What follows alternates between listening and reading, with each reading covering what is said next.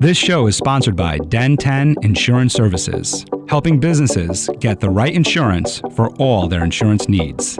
Visit den10.io to get a quote. DENTEN.io. And remember, when you buy an insurance policy from Den 10, you're giving back on a global scale. Hello, all my entrepreneurs and business leaders, and welcome to the Michael Esposito Show, where I interview titans of industry in order to inform, educate, and inspire you to be great. My guest today embodies a passion for vehicles and customer satisfaction that has consistently fueled his career for over a decade. Purchasing his Enterprise in 2020 after 8 years and more than 50,000 vehicle inspections, his dedication to preventative maintenance is unmatched. A lifelong car enthusiast, he focuses on educating his customers about the value of preventative care for their vehicles. He firmly believes in making his services accessible, ensuring every customer receives a complimentary 30-point inspection when unsatisfied with their vehicle's performance. He's passionate and ensures that his clients' prized vehicles receive the perfect blend of expertise and integrity they deserve. He's on a mission to help 200,000 drivers of all ages stay safe on the road at an affordable price by 2030. Please welcome the CEO of Rancho Express Lube, Nestor Gutierrez. How's it going, everyone? It's a pleasure to be on here today. I've been looking forward to it since I talked about it. So I'm really excited to share my story, and hopefully I can change some of your lives today. I know you're going to change some of their lives today, because you started out from behind the counter. You started out from just flipping the wrenches and, you know, what we would call a grease monkey, right? Like just working on the cars, and you turned that passion into an enterprise, into a business. And you're here with me today because of that passion and that drive. So many people listening right now might be in similar positions, might be behind a counter somewhere, working at a desk somewhere, have a dream. And your story shows that if you put the work in and you're passionate about what you do, that dream can actually come true. And as I say that, Nestor's sitting at his desk in his office in California right now while I'm here in the Hudson Valley.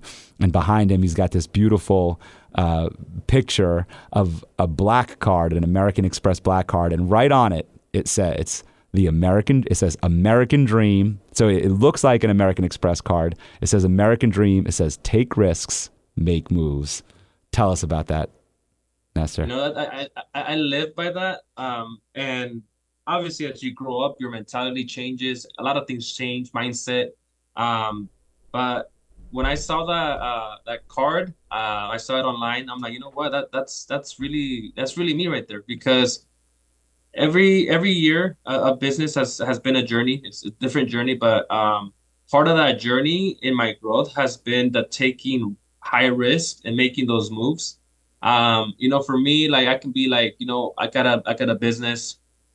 First time entrepreneur, first time college, first time everything. I could have just been like, I can settle for that, and I have a business. There's no need to grow anymore. Like I'm comfortable with what I make. I'm making more money, and that's what matters. But like that was my first year. Like I was just like at a point where I got comfortable, and it's like I never seen that much money before in the bank account. And it's like you get excited, obviously, you know. So as you go, you get to a point where like you see your surroundings, and you're like, I'm not doing anything. You know, there's other people like doing so many things, and I'm like, I'm a fool because I think that I have a business. Like that's not enough, you know. So I started being a little curious, you can say, like what other people were doing, and I started going to conferences. At conferences, I started meeting new people, listening to new people, like great business owners, great entrepreneurs, and that's when like my mindset changed. In the fact that like you can't think that you everything that you have is it, you know, like you have to be moving forward. You have to be doing better every single day. So as you want to grow, like with growth comes a lot of big moves you have to make, because you're not gonna grow if you don't make changes that are gonna make a good impact, So, um, that's literally now like my wife's like, damn, I can't believe the risks that you take sometimes. Like there was an investment that I made. It was pretty big. You can say I put like all my money on the line. Like I had like maybe $300 on my bank account after that, and it was very scary because I mean I didn't have money for you can say for 2 weeks of bills that were coming up. That includes mortgage, that includes car payment, that includes like just lifestyle. So it was one of those moments I'm like, okay, you know what, I'm gonna do it, but it took me about 2 weeks to decide on this one, just because I was like, I'm like, what if it doesn't work, and what if like I'm like, you know what, screw that. I'm not gonna be that person that what if like what about if it could have worked? I don't want to be in that position. I want to make sure that I make it happen. So I like putting myself against the wall because it forces me to level up. It forces me to like really get the results. So when anytime I see an investment, that's what I see. I want my money back immediately, and it forces me to take action and make everything work. So with that investment, it was actually through Cardone Ventures, and it was the 10x 360, and it was a conference, very intimate. It was about 25 people, and part of that was to make your business grow, to make your business scale. And they're going to show you the break points of the business, how it's like 1 million, 3 million, 10 million, 50 million break points, 30 million break points. And from that event itself, like the main advertising point was like, you're most likely to hit 50% of revenue 90 days after attending the event. So then I started doing the math. I'm like, it makes sense, like why wouldn't I? Like I can't focus on what I'm spending. I gotta focus on what I'm making. It's an investment. I can't have that mentality. So when I did it, my wife's like, you're crazy. Like she was kind of stressed. She was panicking. She's like, what about you fail? Like I'm like, hey, what's the worst that can happen? Like we'll start again. Like I'm not scared for that. I have to do this because I see a lot. My vision's big. I see a lot of potential, and I have to do this. So ever since then, that was April 2022. Man, like my business just changed, in a really good way. I mean, I did have to get rid of a few employees just because at the end of the day, it wasn't a good fit. Their vision and their mission, it didn't align with mine, and that's something I didn't understand before. I was more of the like the manager type of person versus being the role model and being the leader, and making sure that everyone understands what they're here for. So um after the event, I like for me, no, like I wasn't, like I said, I'm not I'm a first time generation entrepreneur. I have no clue about business. I knew how to do the work. I knew how to turn wrenches, and that's why the opportunity lined up, and that's why like I'm here. But like it was like for me, it was like a way of seeing like what, like this is like pretty much school for business. I gotta learn from the people. Grant Cardone is doing amazing things. Like I have to learn from him. What is it that he did? Because if it worked for him, it can work for me. I just got to put in the work. So I did that, and guess what? After that investment, like within like 65 days, like I got my money back, and I was super excited. I told my wife, like, look, it worked out. And then I get another opportunity, and it's like another investment, not as much. It was like like $25,000 one, and I see that I'm like, damn, you know what? It's crazy now. Like I look at that number, and it's like compared to like 120,000 that I made, like it doesn't seem that big. But then it's like just funny how like the mentality changed. Before like it all started with an investment of $1,000, then $5,000, and then $10,000, and then $40,000, and as it kept getting bigger and bigger and bigger. Now when I looked at the other ones, it's like that doesn't really seem that much. Why? Because I see the results. So before like I was that person, I was that business owner that I thought that if I didn't do it myself, it didn't get done right. And that was I mean it was hurting my business in a sense that like I you could say I had like trust issues, especially in the automotive industry. Like it's just because a lot the liability that it comes with, like working on a car is like almost like working on the human body, like you can put lives at risk, so it's a lot of liability. So I was just really scared of something going wrong. And I was always like, just like all over the place. Like I was at the front desk, going outside, just making sure everything was perfect, you know?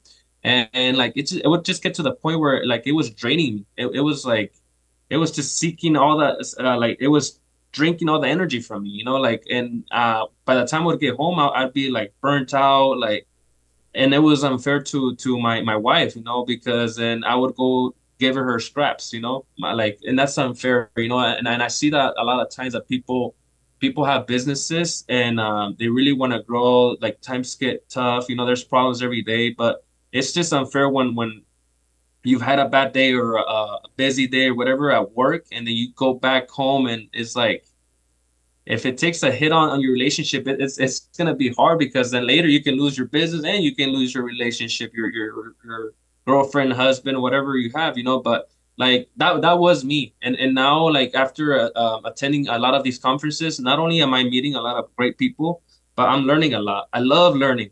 I love learning, you know, and to see people's journey, like I always learn from anyone that I speak to. I always learn just at least one thing from them, and I apply it to my journey, because like I said, we all have something valuable, you know. We all come to this world for something. We're meant for something, you know. And if we really go out there and make everything work, like you can learn from anyone. But then there's people that, you know, they're so close-minded, they're not coachable, and I just love being coachable for that reason, you know. That's awesome. Yeah, I mean, there's so much there for us to talk about. I'm going to take us back to the very beginning, but just want to touch on a few things that we're going to be talking about in this episode, it sounds like. I love the idea that you shared earlier, which is like you were once a manager and now you're a leader, and I definitely want to get into that. The other thing I want to get into is risk and the responsibilities that go into that, and you mentioned that with your wife and all the other things. And then, of course, your passion for keeping people safe. It's also really nice to hear and refreshing to hear from somebody in the auto industry to look at working on vehicles, on cars, as your number one priority, not to just get paid, but really to make sure that the people that drive off your lot are safe. And so that's also really refreshing. We're going to talk a lot about all of that. But I want to go even further back, because something that you kind of spoke about and kind of just brushed off as like, hey, yeah, it's all good. I'm a first-time entrepreneur, and so here I go. You know, that takes a lot. You said, you also mentioned first-time graduate, first-time business owner, first-time entrepreneur in your family. Speak to us about your upbringing. You know, as I know from what we talked about before getting on camera here, you grew up in California in a small town called Colville, California, and you graduated a class of less than 15 students. So tell us a little bit about your background. Tell us a little bit about where your family came from and how you got here and how you got to where you are. Yeah, so yeah, I'm a young immigrant. I came to the United States at the age of 8, and I lived most of my life in Colville, California. And yeah, very small town. When I went to school, I think there was maybe like around 450 people in the whole community. That number is probably like at 200 maybe right now. There was a big fire, and a lot of homes were lost, unfortunately. But like it keeps getting smaller and smaller and smaller. And you know, it's when I went there, like it's you adapt, obviously. You know, like it was tough for me because I didn't know the language. I had no friends, you know, besides just my mom and my little sister at the time. Like it was very stressful. I was sad. Like it was just like I felt like I would go to school cry and cry, you know, like the first 2 weeks. Like it was very, I would get like kind of like mad at myself that I didn't understand what other people were talking about, you know. So it forced me to like really put more effort into learning the language, you know, learning English. And I was working like one-on-one with a teacher, the ESL. And you know, within the first month, I remember that there was a big assembly, and that's something new to me. You know, in Mexico, there was none of that. So I would just look. I'm like, what's up with? I didn't understand. I was so lost. I'm like, why are we getting together right now? And then I look behind and I see my parents, and I first think I'm like, crap, I'm in trouble. Like, what did I do? Like, why are my parents here? Like, my dad should be working. Like, he will never leave work. Like, damn, what did I do? And now the whole time was just like what is it? You know? And then I get called up, and I'm like, I'm like that. I got super red. I'm like, what am I supposed to do? I was so lost, you know. And it just gave me a trophy, like the student of the month. I'm like, damn, like so I'm like, what did I do to win this? And then the teacher is like, you might not know the language, but your effort that you're putting into learning the language, like we really think that's worth a lot, you know. So you're really good at math, and you put a lot of effort. You're very kind. You help others with what you can, and they appreciated that, you know. So that's why that I won the award. So then I'm like, okay, that's awesome. And then that was the first month of school, and then the second month of school I won it again, and then after I won it like several other times like throughout the years. But like it was the very first month, it was very tough for that sense. But after that award, I felt like more like relief, like more comfortable, you can say. Like I felt welcome. You know, it was a smaller school. There was only one more person that knew the language, I mean Spanish, and it was that really the only person I really communicated with. You know, I was like, hey, can you translate for me? What is he saying? And like that was my form of communicating. You know, and I remember like I would be at night, like I would just be laying in bed, and I'd be like, I would just start saying like a bunch of words like and I'm like, I wonder if I'm saying anything in English right now. You know, like I was just like, I wonder if I even said anything. You know, so that was me at night when I was little, and it just I feel like, you know, looking back at it, I felt like it like flew by. Like I felt like I didn't really like really enjoy, especially like you could say like my high school years. And I mean I'm 27 years old, and like just looking back at the journey, I feel like it's just like in the blink of an eye, you know. So that just tells you, you know, like really take advantage of every single day and make it worth it, because you know what, time flies by. And when I was in school, in middle what in eighth grade, towards the end of eighth grade, um I started understanding, you know, money was tight, and I'm like, how can I help my parents? My dad's the only one supplying. It's like I see the stress, even though he might not speak about it, but I see it. And I told my dad, hey, can I come work with you? Like just, I don't know. I mean, like whatever that I get paid. He's like, oh, let me see, you know? So then he's a farmer. So he talked to his boss, and he's like, yeah, you know, maybe he can help us like pick rocks and do whatever is needed. So I would pick rocks. I would pick garlic. I would do anything, you know? And the, the it was like June, July, August, half of August, because school would start. I would work those months, and I think that first year I made like maybe like 4,000, and I was really excited. I'm like, damn, I made 4,000. I'm like, I'm gonna help my dad. I told my dad, like, hey, dad, here's the money. He said, no, son, like keep that, you know, keep that. That way, we start saving for college. I'm like, okay. So then when he said that, that's when I got kind of sad again. I'm like, college. I'm like, well, I'm not from here. I can't go to school. So it kind of took a hit on me. Like I'm like, damn, like I went into high school. Everyone's like excited, talking about like, you know, going to college, and like I'm like, I felt left out again. So then I'm like, you know what? Let's just go with emotions. Let's see what happens. You know, at the end of high school, what we can do. But I just made it work. I'm a super athletic. I was playing all sports, and I'm really competitive. So you know, so that was kind of a big distraction for me.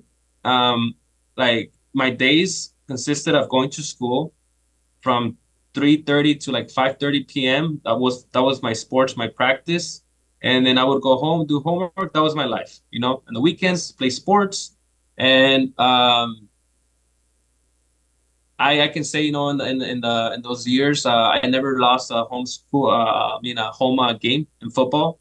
And I only lost two games, and unfortunately it was state title games. But you know, you can say, you know, it was very successful for the school, because the school had never been that good. So we were really competitive, and I really appreciated that.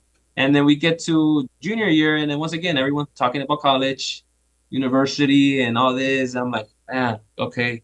And I didn't feel comfortable telling people like, hey, you know, my situation. But a lot of people knew. But I'm like, I don't know how to open up about that. And I speak with my counselor, and she's like, "Oh, so what school do you want to go to? Let's apply for this. Let's apply for that." I'm like, "Hey, you know, I'm just gonna tell you, like, you know, this is how my situation is. I don't know how this can work." She's like, "Oh, let's see. Maybe there's some things that we can do." So she did, and she helped me out. She helped me like apply for the California Dream Act. So I was gonna go to community college. She's like, "You're gonna go to community college. You're gonna make it work." And I came to, so I'm from Colville, California, a very small town. Graduated, I think it was 14 students. Before I moved into college years, very small class.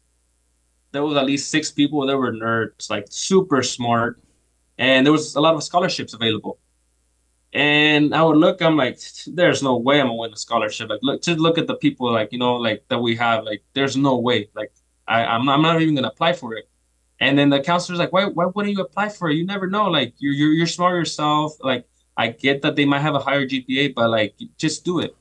And I did it, and they announced the winners at the ceremony, and I ended up winning four out of seven, and it was $12,000 that I won in the scholarships. And I was like, damn, I'm surprised. So I get the chills just like when I was getting my name called, and I see my parents, they were crying. I'm like, damn, like it was very, very emotional, because like I was doubting my own self just from seeing like the potential in the room, So when I saw that, it was like one of those moments, like it was happy, but then it was emotional just because like, damn, I can't believe I was pretty much giving up before it even started, So um, that kind of once again set the tone for college. I got super excited.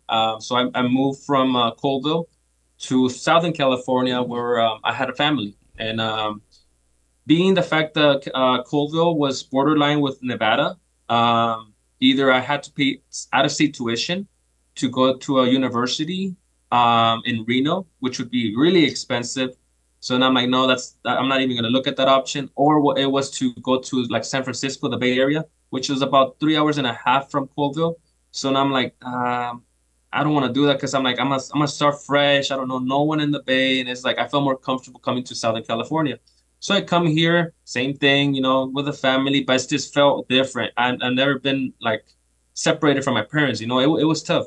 And the first 2 weeks, like it was just adapting to the city. I'm not, once again, I'm not used to the city. I'm used to, on weekends, go out there, run, hiking, fishing, and like that was me, So I come over here and I'm like, it was just a different vibe, So I made it work, and the only like kind of upset that you can say I had was when I started going to community college. I went to Chaffey College. Another setback I had was that they were saying that they were viewing my application for the Dream Act, and they said I didn't qualify. So that took a very big hit, just because they saw something with my parents. They didn't meet a certain requirement, and I was, in order for me to go to school, I was gonna be have to pay like the non-resident fee, which was about $255 at the time for like per unit.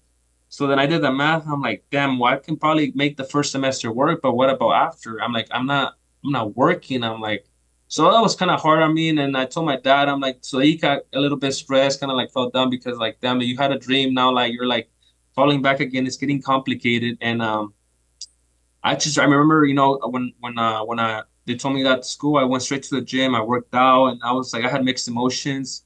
Um, I'm very you can say religious in a sense. Like I like going to church, and I remember going to church that weekend. I'm like, hey, like just just give me a hand, God. Like just help me out. Like make this work. Whatever I have to do, like just help me out. And he answered my prayers. Like the following week, it seemed like that counselor was giving the same like problems to like three other people. So then she got fired because like she was making it impossible for them to like get that, So I get assigned a new counselor, and they're like, hey, I see a little glitches in your application.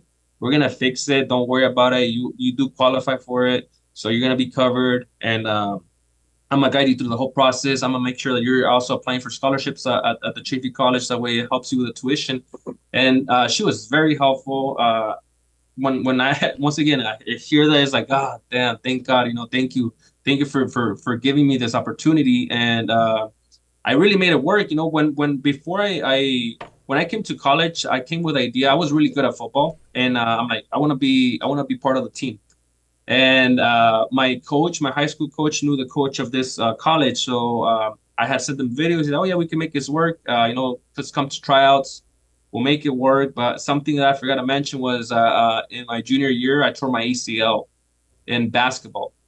I tore my ACL, and then I missed basketball season that year, and then I missed baseball. And when a year later, when I graduated, I had barely recovered from it. I did play my senior year sports.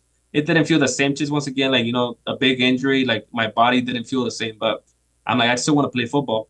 Well, I did tryouts. I passed tryouts the second week into the team, like a week before the game was coming up, the first game. I did a hard cut, and like my left knee kind of gave out, and I went to get it checked out, and they're like, "Hey, you have a tendonitis on your left knee, and it's because you've been applying a lot of pressure on the leg that didn't get surgery. So now either you recover for 8 weeks and kind of go back to the motion to see how you feel. It's very likely you'll most likely mess up your knee on that left leg, just because of the way that you've been playing and you putting a lot of pressure. Not only that, it's football, so it's very dangerous. Just think about it twice. If it's giving you a lot of pain, it's something that just to think about. So I'm like, you know what? I'm thankful for this. Maybe it's just not meant to be. Football, it's. I felt like once again I had a passion for it, but I'm like, I didn't really see myself like going professional. I just didn't really see it. So I'm like, you know what? Thank you. I'm thankful for this. So that's when I really like weigh my options. I'm like, what's the next thing I can do? I'm like, I like cars, so I'm like, maybe I can do like sales, or maybe I can do something with cars. And I started looking in deep, and I'm like, you know what? I think maybe the best thing is for me to do repairs, become a mechanic. I started looking at information, what's needed. I'm like, you know what? I'm going for that. I told my dad I'm going for my associate degree in science. I'm gonna do all my general ed. I'm gonna make sure that everything that I can possibly do gets done. And I became a automotive technician. So I was in school for about 3 years and a half, and that last semester I took business.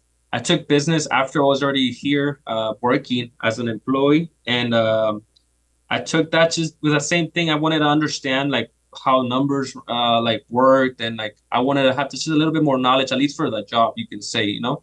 And it's like for me, it's like one of those things that I always tell people, like everything happens for a reason. Like we may not see that, and especially when it's the bad things. Like we don't understand sometimes, like, oh, why us? Why do things happen? But like they happen for a reason, good or bad. And I remember that when one day after the first semester I didn't work at all, but one day on during the second semester, I was driving. So my business is like 3 miles away from the college where I attended. It was kind of like the midpoint of where I live with my uncles, and the street was closed. The main street, it's Haven Avenue. It was closed. So I'm like, damn. Okay, so I take a detour. The detour happens to be like driving through the front of the shop. So then I'm at the light, and I look left. I'm like, oh, now hiring. I'm like, oh, let me give it a shot. Let me come in and let me see if they're hiring. So then I come in, and I'm greeted by the manager, kind of rude. And I'm like, "Hey, are you guys hiring?" He's like, "Oh, no, not the moment." I'm like, "Well, I saw a banner." I'm like, "Oh, it's old." Like, okay. So I'm walking out, and then I can hear in the background, like the owner comes out, "Hey, what are you doing? Like, you just told me we need people." He's like, "Yeah, but he's not a good fit." He's like, "Why? You didn't even ask him anything." And he was white, so you can put that together. But Ah, he didn't like me from the beginning. But talked to the owner, and the owner, we have a conversation, interview, and he's like, you know what? I'm gonna give you the opportunity, even though you've never worked at a shop, you really have no knowledge, you can say, in oil changes and whatnot. But I had told him that, when I worked with my dad as a farmer, like my dad did everything on the cars. I'm like, yeah, that might not be the same, but there's something that I know is like, if you teach me, like I'm a fast learner, and I'll make it work. And that's something like you can see, you can tell that he saw it in me, that he believed me, that I was being honest, and he's, I'm gonna give you a shot. Come tomorrow at this time, and we'll go from there. Well, I'll tell you, like the first few weeks with the manager it was like it was hell. It was horrible. Like I would do all the work. I would do like changing the oils. I would do the fluids, the tire pressures. I would do everything. and then the manager would be in the back just smoking cigarettes. And I'd be done with everything, and he'd still yell at me. I'm like, hey, this was Carter's done. All right, get to the other one. And then you're taking way too much time. You gotta be faster. So it felt like I was a slave. Like it felt like it was just the manager, the assistant manager was a brother of him. So they were literally just smoking in the back. And it was just me and another guy. The other guy was Mexican too, and like it just felt like we're being slaves, like literally, like that's what it felt like. So then it got to the point I told my dad, like, you know what, like dad, like I don't feel comfortable anymore. Like I don't feel like it's one of those things that I'm going to work, but I'm not excited. I'm like dreading it. Like I don't want to be there. I feel miserable. He's like, why didn't you tell me that earlier? Go ahead and quit. I'm not gonna quit like that. I'm gonna tell him, I'm gonna give him 2 week notice. After the month, I'm gonna tell him that it's just not good for me. And I talked to him. I'm like, you know what? It's my word against his. I'm not here to cause problems, but it's just best for me to leave. And then he's like, well, what's the reason? I'm like, just I don't feel good here. Like I don't like the way I'm treated. He's like, go ahead and elaborate. So then he was an absent owner, so he believed everything the manager would tell him. So then after we had that conversation, I told him, I'm like, hey, this is how really things are, but like once again, I'm not here to cause problems, but like I'm just here to resign. And he's like, no, let's hold off on that. The next day, apparently he looked at the cameras, he saw how everything was, and he fired them. And I remember like it was yesterday, like it was a very strong conversation they had. Like they were really upset, like they were like why are you believing him? Like I don't know what he told you. Like it's completely opposite. He like the manager would tell the owner like the complete opposite of what I would do. They would tell him I would be late. They would tell him I would take a long time, that I was lazy, like complete opposite. Like for me, like I'm a hard worker. Like for me, like if I have to, I mean, I don't mind like skipping a lunch. I know that by law you have to have lunch, but that was just me. Like I'm like, hey, I'll eat as I'm going. I don't need to be resting. Like that was me. And I don't know why. Like I don't know what this guy had against me. Like I never did anything to him. Like I would even buy him lunch, and like he would always deny me too. I'm like, okay, you know what? That's it. I'm done trying. So when this happens, like you can tell even like it got uglier because like it just felt like the guys wanted to beat me up. Like they were like maybe in their mid 30s. I was only what like about I was about to turn 19. So it was tough. And after he fired them, he's like, thank you for telling me this. I'm glad I did this. I already had a feeling, like I had to trust you, even though you're new. Like I can tell you that you're being honest. You're just being yourself. So I appreciate that.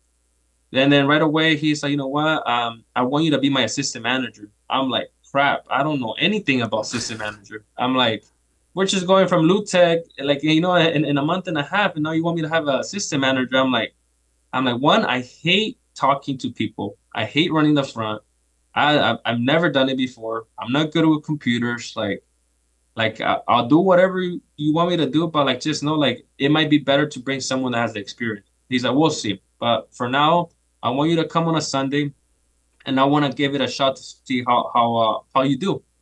So we do that. Come in on Sunday, and it went great. I I did a lot of sales, and he loved it. He was like, "Man, I've never made so much money in a day." And the fact that you don't even know this, like in the amount of sales you did, like it's crazy. He's like, I want you to be the assistant manager. I'm like, man, like I had a miserable day. Like every time I would go speak to someone, I'm like, I did not feel comfortable. I told him I don't feel comfortable. He's like, you don't feel comfortable, but you're good at it.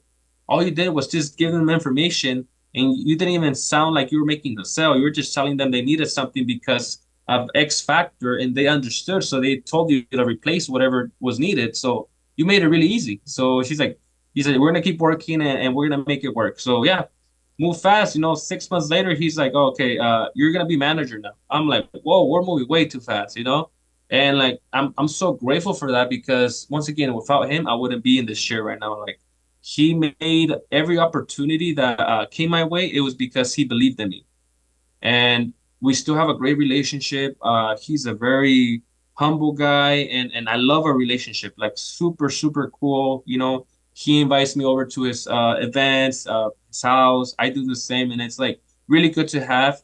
And some people forget to appreciate that. Some people like they forget about those times. So for me, I'm always grateful for everything that I've done, and everyone that has came in I mean, at least cross paths in my journey, so to have someone like that believe in me so much, it only boosted my confidence, and I remember like I had like my teeth, I had a big gap in my teeth. So that was one of my thoughts was like, what about if I feel like I look dumb. Like I feel like I sound dumb. Like my I don't like the way my teeth look. I don't like my smile.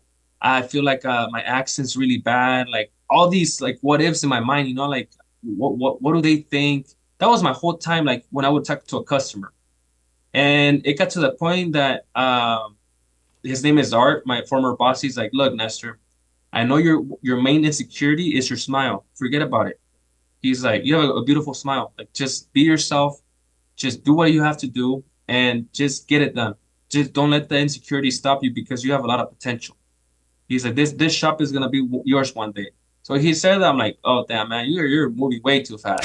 I'm like, what why is he telling me this? Like why is he telling me that the business is gonna be mine one day? I'm like, I don't know. I don't know what he's seeing that I'm not seeing, but I want him to tell me. And I remember the one day he took me out to breakfast. He's like, look, I love your work ethic. I love, a lot of things have changed in the shop.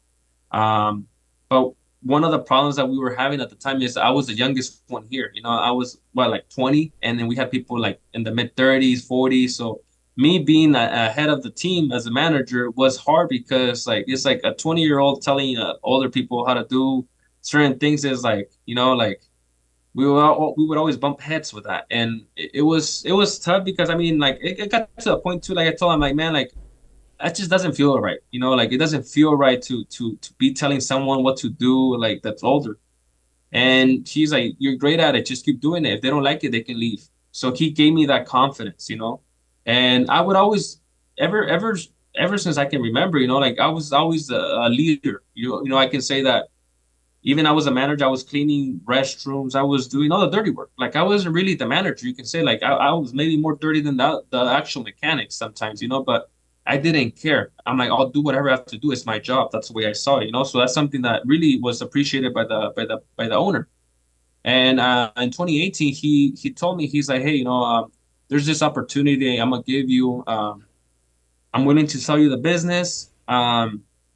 We can work on payments. We can do something. If you're not interested, I'll sell it to someone else. I'll give you 20% of whatever I sell it for. And I just really want to tell you that I really appreciate you. And that's like my thank you, whatever choice you want to pick. So then I'm like, 20%. I'm like, yeah, hopefully he sells it. I was like, hopefully he sells the business.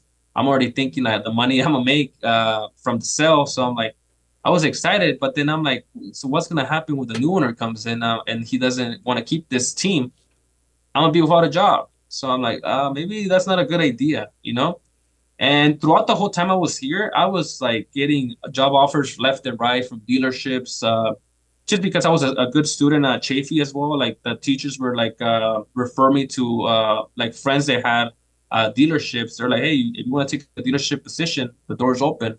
And we're talking about Mercedes and BMW that were really close. And it was like, for me, it was always a dream to work at a dealer. But I almost took it one day just because like it was going to be a little bit more paid. But then the only thing that stopped me, honestly, was the fact that over here I had my own schedule. I'm like, if I go anywhere else, like it's gonna be hard to work with that because sometimes I had school at like 7 in the morning until 10, and then I had to go back at 3, and it's just like very inconvenient, starting at a new job. So that's the only thing that made me like stay still. And that's when like you can tell the owner like he felt like maybe at some point I was gonna leave. Just because he saw that I was really responsible, and he thought like maybe he would lose me just to the competition, you could say. But just the fact that I was staying loyal, that's why he was giving me these opportunities. Luckily that I mean, I had no money to move forward that one in 2018, to buy the business. And it was already in the process of being sold to someone else. It was actually to the oil supplier. And the deal fell through because of the landlord. Some things that couldn't be done, like the landlord was asking for more money, so that's why the deal fell off. I'm so grateful with it. Um, and the following year again, saying Nestor, this business is going to be yours one day. And the reason he kept saying that is because he got this business because it was an opportunity, not because he liked it. So next to this business, he had a window tint shop, and window tinting was his bread and butter. Like that's his thing, you know. And it would get to the point where he would feel bad. He's like, I feel bad because I feel like I don't pay you enough, and it's like you're the owner. You do everything. You do paperwork. You do everything. I see you maybe once a month, and it's like it's. I feel like it's not fair. So that's why he's like, I don't feel good as the owner because like I'm not giving you guys attention you guys deserve. You know, all my attention is to window tint. Even though I try to come in more and I try to make things work with you guys, but like it's just not in me, you know. So that's why I'm trying to like sell it. So when he told me that, I was like, okay, I need to start planning for this because if I don't take the opportunity of buying it, then you know it's gonna be someone else's. So 2019 comes, and as we're speaking before the year ended in 2019, he's like, so what? Do you want to have a deal? And he's like, I need a final answer now because I'm getting to the moment like I want to expand my window tinting, and I gotta see, you know, if you're not gonna want it, I'm probably gonna have to sell it. I'll still give you the 20% like we had spoke about, but like I gotta know so I can start planning. And I'm like, you know what? Let's do it. Let's do April. Let's do April 2019. I mean 2020. He's okay. So we did something, and then guess what? COVID happens. COVID comes through, and I'm like, damn, you know. And I tell him like, hey, I don't even know how to tell you, you know, even though we talked about it, we signed, and it's like I don't think it's the right time for me to start a business. You know, like COVID, like everything shut down, and I feel like I'm bound to fail if I do that. He's like, you know what? I was actually gonna tell you the same thing that I'm gonna give you a few more months to see what how things change maybe, and we'll go from there. And I'm like, damn, thank you for understanding. Luckily, we like I always had work during COVID, just because I had brought as when I was a manager, I had brought in a lot of fleets. Like I brought in the enterprise fleet account, so we service all enterprise vehicles locally, and a lot of like local flower shops and a lot of fleet accounts. Those people are the ones that kept us busy, you know. So we went from maybe averaging like 30 cars back in the day to like averaging like maybe 5 or 6 cars a day. So that's when I really became better at the business, even though it wasn't mine. But I understood that in order for us to have work, I had to be great at the phone because if people were calling, I had to do whatever it took to bring them in here. If it's like bringing the price down or doing something about it, like we had to make it work. Well, you know, me and my boss talked about it. He's like, Nestor, we need to find something right now that is attractive. And we started thinking, I'm like, what's attractive right now? Well, guess what? Hand sanitizers. People were going crazy for them, like out of stock everywhere. So then we found a supplier that had hand sanitizers before they ran out. So then we went out and then we bought those little ones. Like we bought like 3,000 of them. So then we advertised, you know, come get your oil change. And instead of the free car wash, since they're closed, we can't do that. We're going to clean your windshield and we're going to give you free hand sanitizers. Man, that was gold for people. So more people started coming in, more people coming in, and it was like we had to get rid of not rid of we laid off 2 people because they got COVID. So at the time there was only 3 of us. So it got to the point one day I'm like, damn, we had a full bay, more cars outside, and it's like it's a good problem to have. You know, at least we'll have work. But like, damn, hopefully we get these people more. You know, they come back soon, and it's not at the point that you want to hire because no one wants to work. They're giving stimulus, you know, like people do not want to work. So it was a wrong time to be hiring, you know, and March was bad, and then April got a little better, and then May started seeing a little bit of sunshine, you know, and when June came, he was like, let's do this in August. Let's do this in August. Things are getting better. You feel comfortable. Let's make it work. I'm like, okay, let's go. So then my mentality was like, okay, before August comes, I gotta start setting the tone. I need to increase everything, you know? So then June became a really good month. And then the way July ended, he's like, wow, Nestor, that's our best month ever, ever, ever, ever. Like with me, like we always like we grew every month we grew a little bit. Maybe like a couple hundred, but it was better than the previous month, you know. So when he saw that, it was like a like $15,000 change, like that we did more. He's like, what happened? What changed? I'm like, I'll be honest, like for me, it was just like I'm preparing for me being the owner, you know, and I'm not saying that like I slacked off the whole other time, but like I felt like now it's like more responsibility. So I took it to a next level, like I was like if we close at 6, sometimes I would stay until like 7:30 to like put put more money in the door. So he saw that he's like, man, you're gonna have great potential, just you start seeing things that you hadn't seen before. So that's really good that you're doing that. So man, like ever since I took over in August, like my business has always done at least 5K more every month. And that's always the goal, the target to keep going more and more and more and more and more. And now, that I'm understanding numbers way, way, way better. I put the target even higher, I put the target at 15K or more every month to make more, because I tell my guys, I'm like, I mean, I'm pretty sure you guys don't wake up and say that you want to make less next pay period than you make today. You want to make more. So in order for you guys to make more as a company, we need to make more. And I don't want you guys to make $100 more or $200 more. I want you guys to make thousands more. So it all falls under the same concept that I learned with Cardone Ventures. Like when you look at business, like people, a lot of business owners, they have a business for the wrong reasons. They go into business thinking that they're gonna have more freedom. Maybe they're gonna have more money than before. Maybe they think that they're gonna be their own boss. A lot of people go for that one, and they're gonna work less and all these wrong reasons. Because at the end of the day, like it's the complete opposite. If you really want to make something work, like you work more than you did before. You're the owner now. There's more responsibility. There's more bills. There's complaints you have to deal with. There's just more things. So when people go into business for that, they I feel like they go after the money. They want more money, more money, more money, more money, and that's why they keep like going through employees, left and right.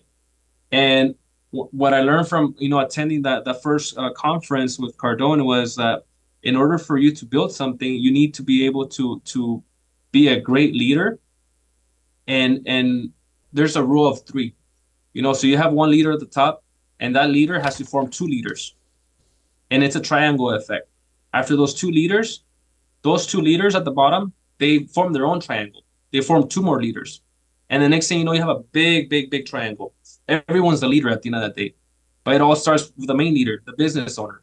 So when you understand that, in order for you to grow, the main problem everyone has is that they have employees that they're not dedicated. They call off. They're not responsible. Maybe they show up late. They're not fully committed. They, once again, I talked about it before, like they go to work and they're dreading it. They're not pumped up. And the main reasons is because the employees are there for the paycheck. So when the owner demands for more and more and more, what happens? Everyone goes their own way. The employee starts looking for a new job. The owner starts looking for a new hire. The owner brings in a new hire, and it's the same problem again down the road. But if you focus on helping the employees that you have right now, that's not going to happen. Because if you focus, like, for example, if I tell you, hey, Michael, so what's your vision? What's your goal what's your 5-year goal plan? And if there's no answer, okay, let's work on this. Let me help you. If I start helping you on something that I'm going to help you achieve your goals, I'm going to get more out of you, because now we have a mini contract. You can say like, damn, like, is he really going to help me, or is he just talking? And if you're lying, you're going to lose the employee. So in order to make this work, you have to be a man of your word and make this happen. So if you tell me, hey, Nestor, I want to go, in 5 years, I want to go to Europe, travel the world, and I want to buy a home, and I want to buy a nice car. Awesome, Michael. So if instead of in 5 years, we did this in 3 years, and I helped you achieve everything that you want to achieve, would you buy into my own goals? And if the answer is going to be yes, most of the time, because I'm helping you achieve yours, now I'm asking you in exchange, are you going to be committed to my goals? Most of the time, the answer is going to be yes. And let's say you do say yes, and you see that now you have more duties, you have more responsibilities, but with that responsibilities, you're going to make more money. You're more bought into the job now, because now you're going to work, showing up like, damn. At first, it's going to be like, I'm only doing this because I really want to go to Europe. and he's gonna pay for my vacation, and he's gonna help me make more money to buy a home, and he's gonna help me make more money for the car. Maybe that's a thought at the beginning, but as they're going, like every time they go to work, they're thinking about their goals. That's what you gotta have people think about, because if you have employees thinking about like, oh my God, it's raining, it's gonna be a rough day today, I'm having a lot of problems, like it's just a mentality. You want people to show up to work excited. You want them to show up like the first thing that they do when they wake up is like, I gotta get to work. I'm so ready for today, And once again, when you have a great leader, they set the tone for that. And when I say back then, I've always been a leader, but I felt like I was a manager more than a leader. Because at the end of the day, like even though I led by example, like I cleaned, I did everything, but like at the end of the day, I felt like, hey, go ahead and do this. Let's do this over here, and make sure you're doing this. Make sure you're doing that. Make sure you're doing that. And it wasn't in a bad way. Like I would also still help them, but I felt like, you know what, I'm not being the leader that I would like. I'm not being that person that Grant Cardone is or that Brandon Dawson is. I'm not doing that. So how can I do that? So when I started implementing everything I learned right there, I'm like, you know what? Now I'm gonna start doing one-on-ones with my employees. And I know, it's gonna take me time, but I have to have these one-on-ones with my employees that way that there's a lot of engagement. And if there's engagement, that means that they're gonna be more committed and we're gonna do better. They're gonna understand why we have a high target. They're gonna understand why we need a certain amount of calls, why we need to make a certain amount of sales. They're gonna understand a lot of things. I started doing it and I lost maybe 3 people. I lost 3 people. Even though I was trying to help them and everything, they just didn't like the fact that the accountability. That's one of my core values, accountability. They didn't like the fact that, they first everything went smooth. They told me everything they wanted, and I told them how I was gonna help them. I gave them the responsibilities, and they still didn't follow through. Like the daily training on Cardone University, they didn't do it. It was like a non-negotiable, and I'm like, okay, like, so you're telling me pretty much that your goals are not really that important to you because we talked about XYZ. You're not doing them. You're not fully committed. One day you do, the other day you fall off. So if you're not believing in your own goals, you're not gonna believe in mine. So it just becomes to the point where like it's not a good fit. And if it's not gonna be a good fit right now, there's to say fire fast and hire fast. So it gets to the point like it's better just to part ways before it gets ugly, before it turns into something that you don't want to turn into. So when I started seeing the results out of that I was losing maybe the wrong people that were the wrong fit for the business, but when I was bringing in more people, I was focusing from the beginning to tell them, hey, these are the things that we're looking for, not after I get them. So now like it's like the environment has changed. Everyone's pumped to be here. We have one-on-ones twice a month with my employees, and I hold them accountable on the personal level. So the PPFs, the personal, professional, and financial goals. So we talked about those meetings, one-on-ones twice a month with my employees, and every week we meet twice as a team on Mondays and Fridays. And I do that because the start of the week and the end of the week, in a sense, I mean, we do work Saturdays, but I don't like keeping them extra on Saturdays, so we do them on Fridays. And at first, once again, something new. They're like, oh, damn, this is new. Yeah, we want to become better. So in those meetings now, everyone's engaged. At first, it was kind of like they were just like listeners, but now like everyone's like just coming up with ideas and ideas and ideas, and that's what you want because we all have great ideas, and when we have, it's not just one person engaged. We have a lot of people engaged, then that just makes you grow even faster because now you got your own people thinking, you got your own people recruiting. Like that's what you want. You want to make sure that your own employees are recruiting for you. They're advertising for you. They're proud to be putting that uniform on for you. They're proud to say, I do work at Rancho Express Lube. I do work there, and that's what you want to hear as a business owner. That just tells you are being a great leader because they're happy with you. They're happy to be part of your team, and not only that, they're achieving their goals, which is it means the world to them. And everyone's gonna have different goals. Like we talk about like small target and mid target and high target. And some people may for example had someone that he's never been to a basketball game. So I'm like, okay, Awesome. Hey, so would you like to go to a Laker game? I know you like the Lakers. He's like, oh yeah, man, that means everything to me. Awesome. You're gonna go. You're gonna go. We're actually gonna go together. You're gonna take your girlfriend. I'm gonna take my spouse. He's like, wow, really? And it's like they're already good employees, and when you do this, it's like you get more out of them. It's like, Right. damn, he didn't have to do that. So now it's like our relationship only gets better and better and better because I'm helping him do the things he's never done. And when you do that, like for me, loyalty is everything. Loyalty is everything for me in all aspects, and employees and relationships and friendships, it's everything for me, So when I do things like that, I expect the loyalty. I expect them, even if they want to leave, like they're honest, They tell me exactly where they want to leave, or they're straight up with me. That's what I like, So more than anything, I focus on having a great team that's gonna stick together no matter what happens. And at the end of the day, like everyone's winning together. It's a winning environment. And a lot of people, once again, you go to a lot of businesses, and even as a consumer, like it just feels like the environment's off. You go to some businesses, like it doesn't even matter on the industry.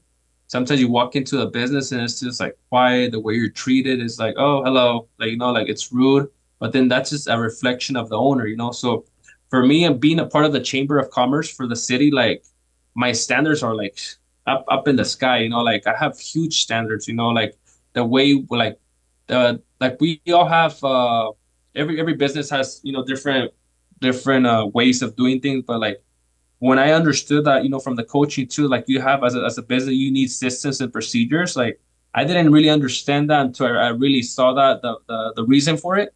And it's like, damn, like when you look at a big franchise, you could say Starbucks. They do everything in a way that they have to move fast. They greet you, they say welcome, they take your order, and then the barista is doing the drink, and like there's a process. And the way I was seeing that is like I feel like we all know what to do, but sometimes I feel like we can maybe not have a very rapid flow just because like we're kind of like running all over the place. So then I started focusing on, okay, you know that's why I started integrating the meetings, the Mondays and the Fridays. That way we understand. We did role play, we did a bunch of things. So when I started doing the meetings, like everyone started like seeing like, oh, okay, that makes sense why you did that. So now when like for example a car pulls up to the shop, like everyone's saying welcome, welcome. We have three greeters. They get their information, have them sit in the office. The service writer helps them. So everything's fast now, super fast. And I tell them that all the time. It's just like just pay attention anytime you go to a business. Like look at the way they run and operate. And now that we're doing this, you're gonna start looking for that now. And it's like now it's like, damn man, the other day I went to a restaurant, like they were so rude and like they took forever and like I didn't like the way they were greeting me. And then like it's like they didn't really care that I was there. So now they're looking for these things. So I tell them now, like, okay, as a consumer, all the things that you're not liking, just imagine that's how people feel when they come in our door. We can't have that feeling. So you gotta make sure it's special. You gotta make sure that when they come in our door, like it's the experience that they've never had before. You want to make sure they come back. So the customer service has to be amazing. The quality of work has to be amazing.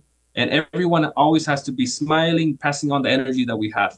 And I guarantee you at the end of the day, like we don't even have to promote. People are going to promote for us, word to mouth. And that's really what I focus on. And it's gone a long way.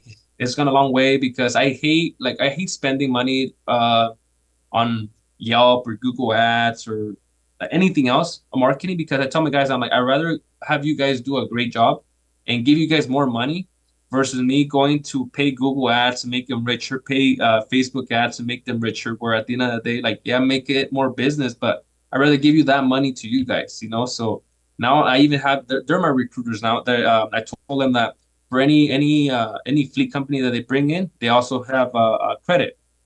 I give them $200 credit for any fleet company they come.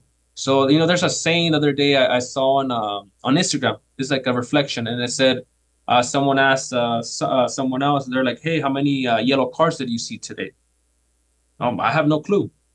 Okay, so what about if I told you for every yellow car you saw, I would give you $500? Would you know how many cars you saw? Oh, absolutely. Well, it's the same way now when I do this. Like when they're driving on the freeway. or in the streets, they're looking out for company cars, fleet vehicles. They're looking out for them because now they know, like, damn, if I bring even five, like I can get an extra $1,000 a week, or even sometimes a day, So that's what I mean, like you create the environment.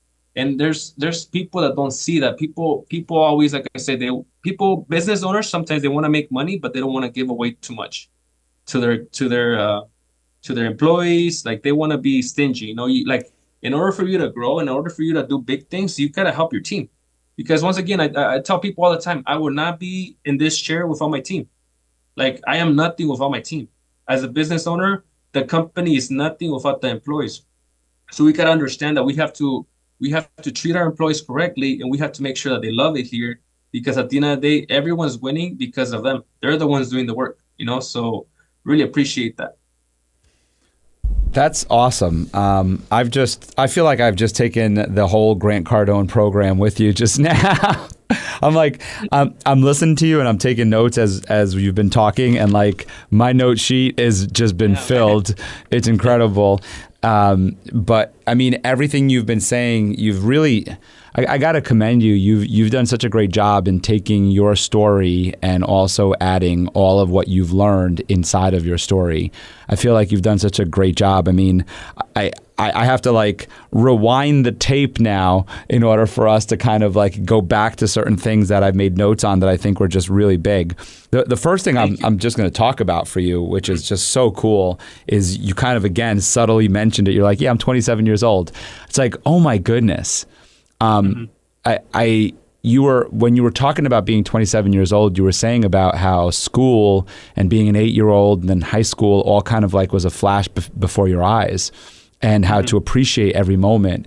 That is just so mature to say as a 27-year-old, because I'm 42 and so many people listening are probably anywhere from their probably 20s all the way up to their 50s and 60s. But for those that are in their 30s plus, will look at anybody in their 20s and just say, oh my goodness, you have so much ahead of you. I mean, people say that to me and I'm in my 40s. And so there's so much more. So it's so great to hear you say at 27 years old to appreciate the time that you have. And it's so obvious in what you're doing now and in reinvesting in yourself. I had mentioned that before you started talking, that we would talk a little bit about risk versus responsibility. But I can see now a lot of the risks that you took were because of really being present in the moment and looking towards your future and understanding how important your future was or is as you invest in it. I have so many questions for you, and you just shared so much information and so much knowledge. So I hope everybody who's listening right now realizes that that's why I didn't stop him. I didn't ask him any questions in between all of that, because what Nestor just gave us was essentially a masterclass.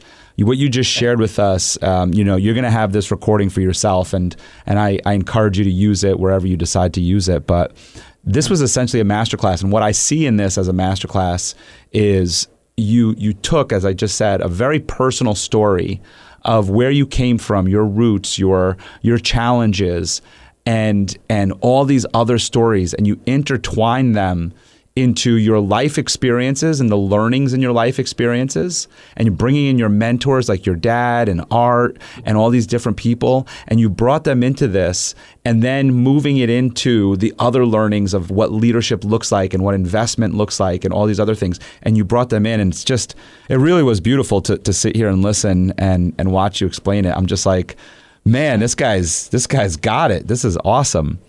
I appreciate that, man. Thank you. You got it for sure. So I do have a burning question for you. And I feel like in some of what you just shared with us, you kind of answered it. And it's really, really cool to see, and I don't know if you realize it, but you were talking about when you were in grammar school, and one of the first things that helped you feel welcomed and motivate you to learn a new language and to adapt to a new life and a new way of living was by getting that honor student of the month, that honorary certificate or trophy for the month. And it motivated you and inspired you to keep going forward. And I had written down while you were telling that story, what about those experiences, what about them taught you in what you're doing today? And I'm still going to ask you that question, but I just also want to mention in that you're doing the same thing that was done for you of feeling welcomed because of this Student of the Month award, you do for your employees today. But moreover, like just more speaking in terms of what I'm asking here is, so what about those experiences, those childhood experiences that you had of being new to a country, of not knowing the language, and having people welcome you and give you the motivation to do what you're doing today? What did you learn from those experiences? What did you take from that?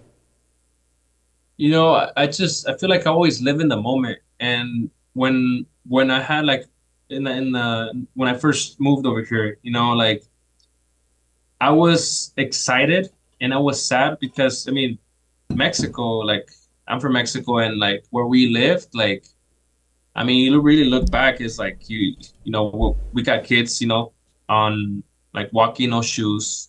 We got kids maybe like starving all day. So when I come over here and I see like, okay, it's a different life, you gotta adapt. But it's like I'm grateful that we did make a change.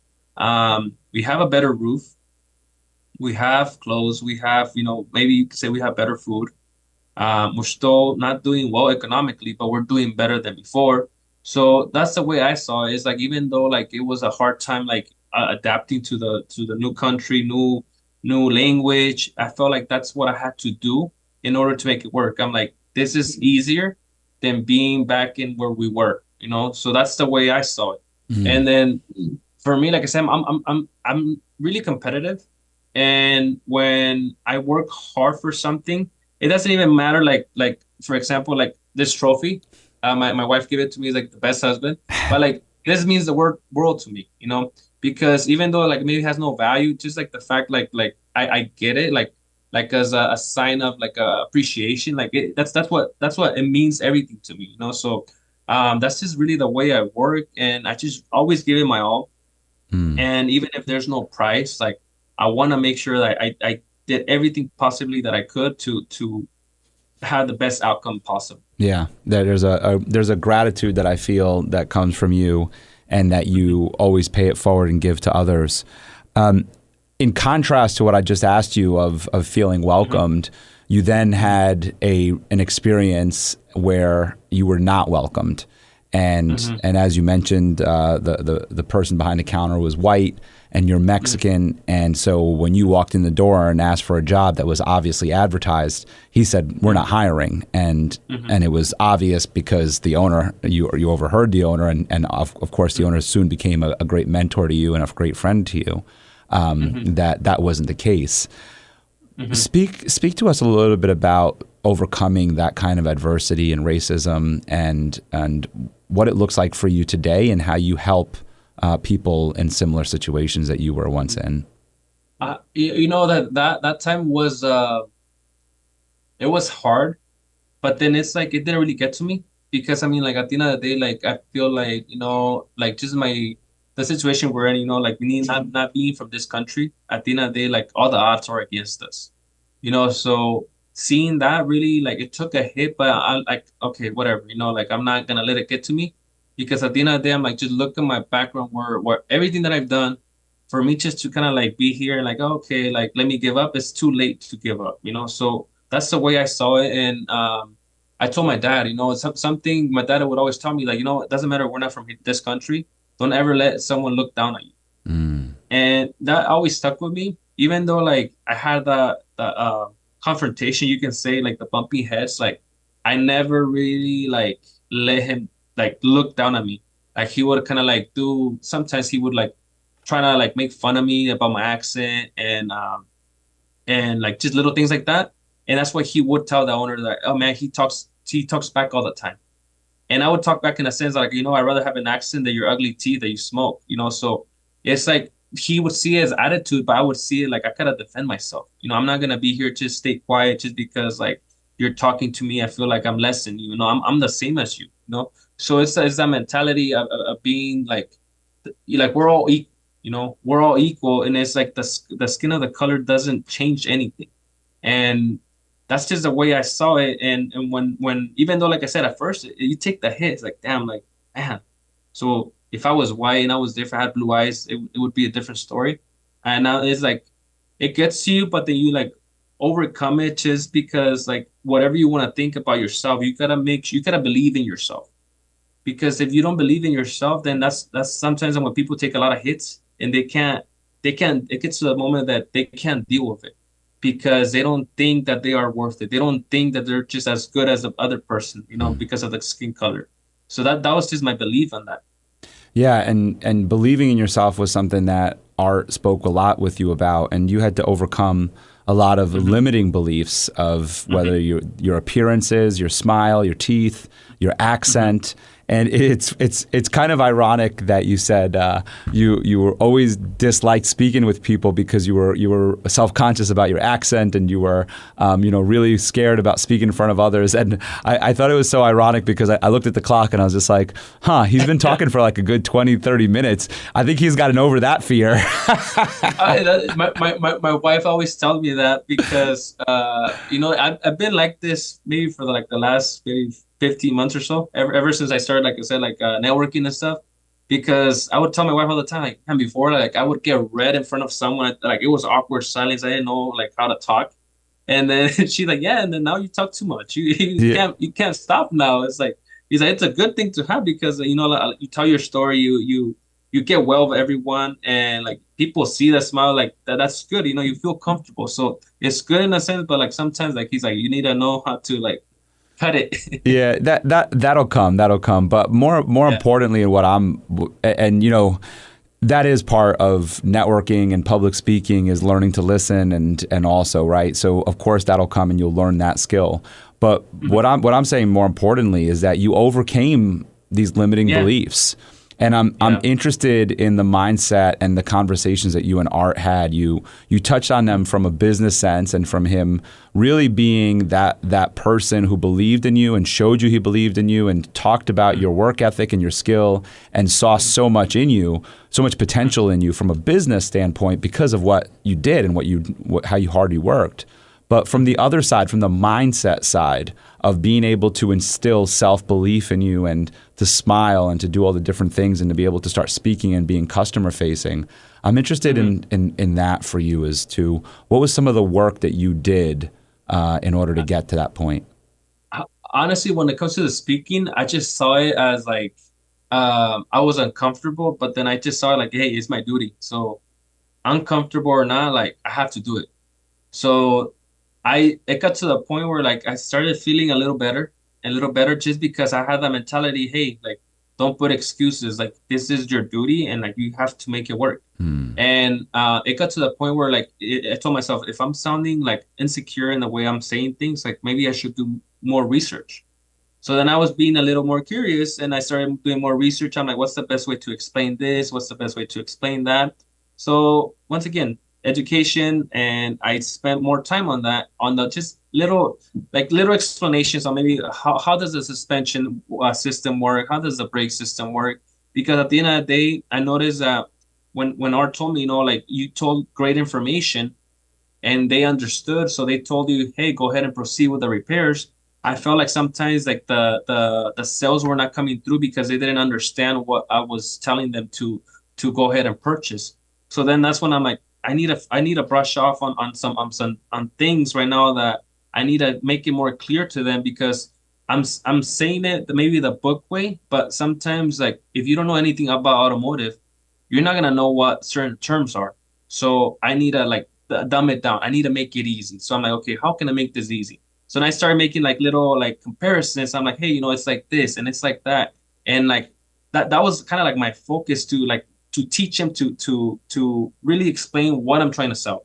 So when I started like focusing on my speech, just like all you gotta do, Nestor, is just talk and just make sure they understand. They just forget, like I wouldn't even look at them. I would just like look at like the object. I would like, so this is a brake pad, and I was talking the whole time like this, explaining it. So that made me feel more comfortable because I wasn't looking at them, as I was speaking. So that's really like what really helped me in that sense, and that's why like I started becoming better and better at it. But when it was like face on face, like once again, the insecurity, the smile, it would really take a hit on me. And the way I told myself as well, I'm like, you know what? If you don't like your smile, you need to fix it. And it's expensive. You need to do it. You need to get braces. So that was kind of my next goal. Like, no, I gotta work harder. I gotta make more money to fix the insecurity of the smile. And and I'm like, how can I fix the insecurity of the accent? If I don't like the way I speak, I gotta fix that. How can I do that? I'm like, well, maybe I gotta read more books. Maybe I have to talk more. I have to do something about it. I mean, I still have the accent, but like I feel like the more you're surrounded with like great, amazing people with different vocabulary, like it sticks onto you. So that's why like I like doing that. I like doing the networking events. I like reading, and I mean, in the whole school career, I that was one of the classes I dreaded. Language arts, reading. I hated that class. And it's like now when I came to college, like I started like having a little passion for it just because the professor he taught me a certain way of how to like story tell and how to write an essay. So like next thing you know, like damn, I'm already on the fifth page. Like we're talking right now, like it's just like it started like just like on the system of how to lay it out, like it just started becoming super easy and like that helped big time too. When I was taking language arts, English class right here in college, as I was working here, that was one of the biggest things that helped me like overcome the fear of just tell your story. And if I didn't like the accent, and I actually had classes with that teacher because he had a similar story to mine. So he's like, hey, you just gotta do whatever's under your control. And what's under your control is just the way you speak. You can fix it maybe a little bit. Maybe repeat the word a million times. If there's hard words that you don't know how to pronounce, just repeat it several times. You're gonna become better at some point. Well, And I just go ahead. I was going to say, I'll give you a free tip if you want one. Go ahead. So I also train in public speaking, and one of the tips that I've recently learned from another trainer in public speaking that I thought was so cool. He's a Vietnamese descendant, so his father's from Vietnam, and he has a very heavy Vietnamese accent. And one of the tips that he gives to people with accents in order to help them with their accent is to actually open their jaw more when they speak. So to open your mouth more. And it's funny because as you were telling me all of this about wanting to fix your accent, I started really focusing on your mouth to see. And I noticed that, your jaw doesn't open much at all. So I wonder, it's going to be awkward at first because I did work. That's a very helpful tip, man. I never like you're right. I am going to be looking at my jaw. Yeah. It's a weird thing, but I watched a whole thing on it. I can't think of his name off the top of my head, and I can, but I'm going to butcher it because it's a difficult name.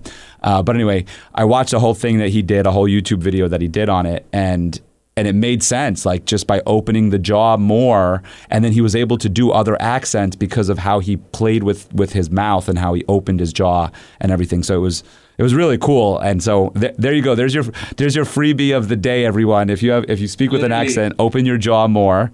I did work on that with one of my clients, and the reaction I got was it's weird at first. Like she was just like, this is so weird. But after trying it a few times, she did notice that as it became more natural, it did help. Absolutely. I mean, look, I'm telling you, we learn something new every day. Yeah. But so I am curious too, and I mean, you could pick up from where you left off with the language arts thing if you'd like, but I am curious about, so you said you got braces, and that feeling that you must have had when you got the braces off and what that first smile was like. I'd love that moment. I'd love to hear about that moment. When I had braces, I felt like I feel like a lot of people have insecurities when they get braces, right? Because they don't like the brackets. And for me, it's like, I felt already better. I already felt better. Even though I had braces, like I felt like my smile was better already because maybe like the wires covered my gap. So I'm like, I was already happy. I wasn't happy with the fact that they hurt, like I couldn't really eat so many things, but I'm like, hey, like it's okay. Like it's fine. Like I was already more secure about myself. So when the dentist starts telling me, hey, it's going very well. You're only going to need them for 18 months, not 24 months like we said. So you just got to make sure you wear your retainer. And they start talking about like taking them off soon. And I start seeing the results. I don't have a big of a gap. And it's like, damn, I'm feeling more confident now.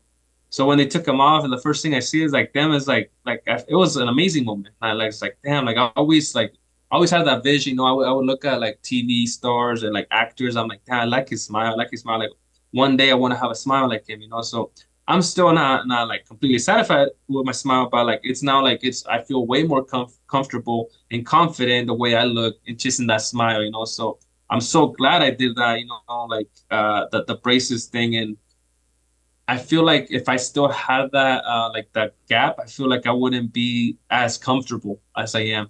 And when I see other people have it, and like for example, there's a lot of people that make a lot of money. They keep the gap.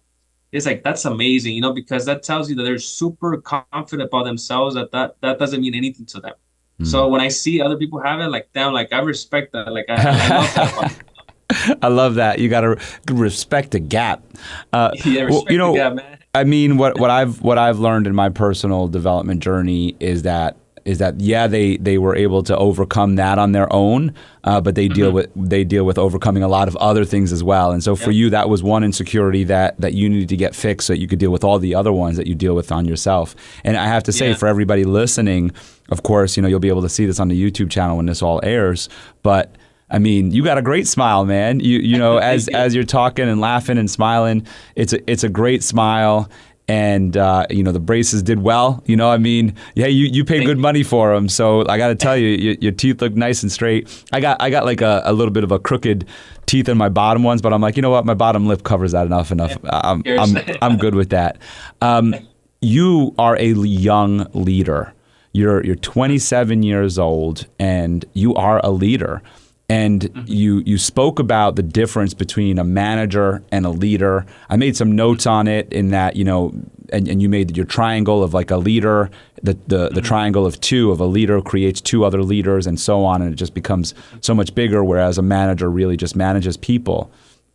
What I'm interested in, and I know our listeners are interested in, is what it takes to be, not just what it takes to be a leader, but what does it take to be a young leader? And you kind of talked a little bit about it earlier, where you're not just leading people that are younger than you. You're leading people that are in their 30s and their 40s. And where the age matters for everyone listening is the experience. Is that you're coming in, you went to school, you're a great technician, you have this leader mentality, but they come in with 10, 15, 30 years of experience. What is your best strategy? What are your best tips? What is your best practice on being a leader in what you do today that you could share with our listeners? You know what? When it comes to the leader part, like I feel like it just comes in natural. It's like more than anything, I focus on their strengths and their weaknesses, and I try to make their weaknesses strengths. That's my main focus as a leader. So I have a conversation with them from the beginning. And I just thought, okay, tell me your weaknesses, your 3 weaknesses. Okay, now your 3 strengths. Awesome. If I help you with the weaknesses, are you willing to put in an effort? Yeah. How can I overcome this? Okay, this is a piece of cake. This is going to be super easy. I'm going to show you how. So when I do that, guess what happens? Like they want more, and then we go into the professional and the financial goals. Like they only get more excited. But as a leader, you have to understand that everyone's a little bit different. Everyone has a different drive. If you understand your drive, each and every one of them, is going to be super easy to lead. Even though at the end of the day, like everyone has different drives, different interests. At the end of the day, what matters is that you being a leader to all of them. And they see, I tell my people all the time that the way I am with other people, like, for example, like I want to be a leader in everything, not only in the job site, but as a husband, as a father, as a son. I want to be a leader in every aspect. So they see that I am a great husband, I am a great father, I'm a great son, great brother, great friend. Like they wanna be like me. They wanna have that, like that they respect you. They respect you more, and they're like, you know what, I can be better. I can be better in this area. And I tell them, I'm like, I'm not perfect. I can be better in every single area. But like I said, that's why I always follow more leaders and I learn from them, because there's always going to be an easier way to do it, a better way to do it. So for me, that's just like the starting point. So when they start seeing the progress as an employee, what matters the most is progress. That's the biggest thing. If they see the progress, if they see that what you're telling them is working, that means everything to them. because there's once again, there's a lot of leaders alike, oh yeah, I'm gonna show you this, I'm gonna show you that, I'm gonna show you how to do this, I'm gonna show you how to do that. And the employee goes and it's like, well, you still haven't shown me how. If anything, you made it more complicated. I'm more confused now. But it's at the end of the day, like a leader cannot lead by example if it's not in them. If they hear things that like you can't teach something that you don't know. And when it comes to a leader, like I said, I feel like it's kind of like it has be like it's always been in my genes. But when I discover how to become a better leader, like really emphasize the time I give my employees and tell them, hey, you do matter. Thank you for being here. I love what you do. I love the great family that you have. Keep rolling for it. Keep working hard for it. Keep doing all the things that you're doing. Like I give them that confidence. I give them that a little bit of motivation. Sometimes they lack, and that's one of the biggest things. Sometimes people are lacking motivation and they don't receive it because there's a lack of leadership. And now, like I said, now like everyone here's a leader. It's like it's crazy like to see like hey, like everyone wants to be at the front of the wolf pack. Like I love to see that. And I think part of what you also shared in your story about being a leader and being such a young leader, but a leader at any age, is that desire to continue to learn. You said you love to learn, and you did it when you were a kid. You did it, and you do it as an adult. You love to learn and going to conferences and surrounding yourselves with other people to learn from, because you could become a great leader and then just decide, okay, that's it. I learned everything, and now I'm going to teach it all to you. And I think that's to your point that you were saying earlier, is that when we have people that just think that they know it all and then they're just going to tell us, that's not a leader. Maybe it's a teacher of a course, maybe it's a manager of some sort, but a leader is somebody who teaches you everything that they learned and continues to learn and continues to strive for more, which is definitely something that you do. You have several employees and you treat them all differently. And it reminds me in terms of like doing the one-to-ones and working on their strengths and their weaknesses and what their goals are. And one of them is to take them to a basketball game, and one of them might be to go to a different country or something. And something that I had heard recently from Stephen Covey, who wrote the 7 Habits of Highly Effective People, is treat everyone the same by treating them differently. And I love that. Treat everyone the same by treating them differently, which is just amazing. And so one of the things that you talked about that you do in terms of treating them all the same by treating them differently is accountability and holding them accountable. And I'm interested in, how do you hold your employees accountable? So this is the way I do things. In our meetings, we have targets. We have daily targets, weekly targets, quarterly, monthly, yearly. Like there's targets for everything. So I always tell them, okay, so if our target is, for example, let's say the target for the day is $10,000, and we're working as a team, we're a pack. If we have, let's say, we have Nestor.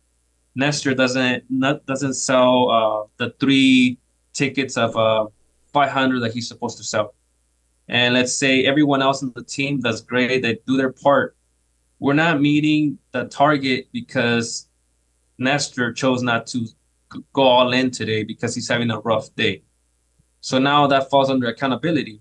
So when I tell them, hey, at the end of the day, we're not meeting a target, it's because we're not all in. And if we're not all in, if Nestor's not all in, and if we still reach the target because maybe someone took over, maybe he did 6 to cover for Nestor, at the end of the day, they're making it happen because they know that in order to reach their personal, professional, financial goals, we have to hit those daily targets. So the accountability becomes easy because they know the reason that they have to hit a certain target is in order for them to grow. So everyone at the end of the day, as a team, like everyone has different duties, and we hold each other accountable. The same way that we tell them that at the end of the day, if I wake up and I'm like, oh, I'm feeling a little sick, it's okay, I'll call off. If there's no accountability, there's no really desire to like show up to work. But if there's a lot of accountability, not only from my side, but from everyone's side, it's like, hey, bro, like, where you at? It's 8:04, it's 8:05. Like, what's going on? Like, you're not here yet? Oh, I'm feeling a little sick. Hey, come on, brother. Like, just take some medicine, whatever. Like, just let's make it work. We have a really busy day. Like, they literally, it's a bunch of Nestors just talking to him. But that's what you want. Like, everyone knows their roles. and everyone knows that what they bring to the company. So when you have that, it, like I said, it's always going to become easy to grow and move fast because everyone knows their roles, and they know that they're being held accountable.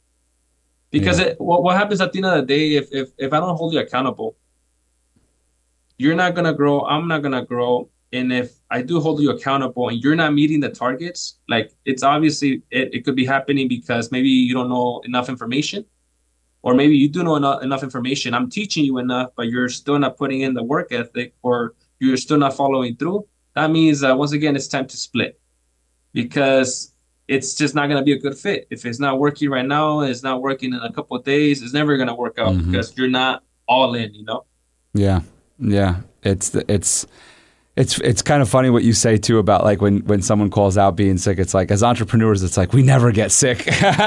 It's like there's no such thing as sick days for no such thing as sick days for entrepreneurs.